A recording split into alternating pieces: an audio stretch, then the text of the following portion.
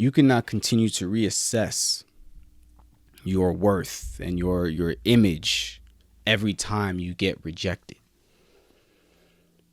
You cannot continue to reassess who you are, start to doubt and have a double mind about who God has created you to be every time you face rejection. You cannot afford it. It's about time that we start to accept the fact that if we are following God and we are doing everything that we are supposed to be doing, we've put in the work. You know, because I mean, if you're not getting that job because it requires a bachelor's degree, then you got rejected because you didn't have a bachelor's degree. So get a bachelor's degree. So you've got your bachelor's degree. You've done the work that God wanted you to do. Let's say that.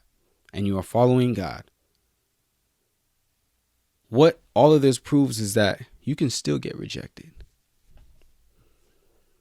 You can still get rejected. It can still happen to you. If Jesus, the Son of God, the perfect Son of God, can be rejected as the Son of God, that people can reject him as the Son of God, what makes you think that you can walk around this earth without ever facing rejection? Not to mention that if Jesus was still continued to be the Son of God, even though the population rejected that identity from him, then you can continue to be who God has created you to be, no matter what, any rejection you face. Jesus is an example that rejection is not what defines you. God is who defines you. Even think about it. God, when we talk about Jesus, who is Jesus? Jesus is the Son of God. His identity is literally a reference to God, just like yours. When you think about your worth, when you think about who you ought to have a reference point. You have to have a reference point.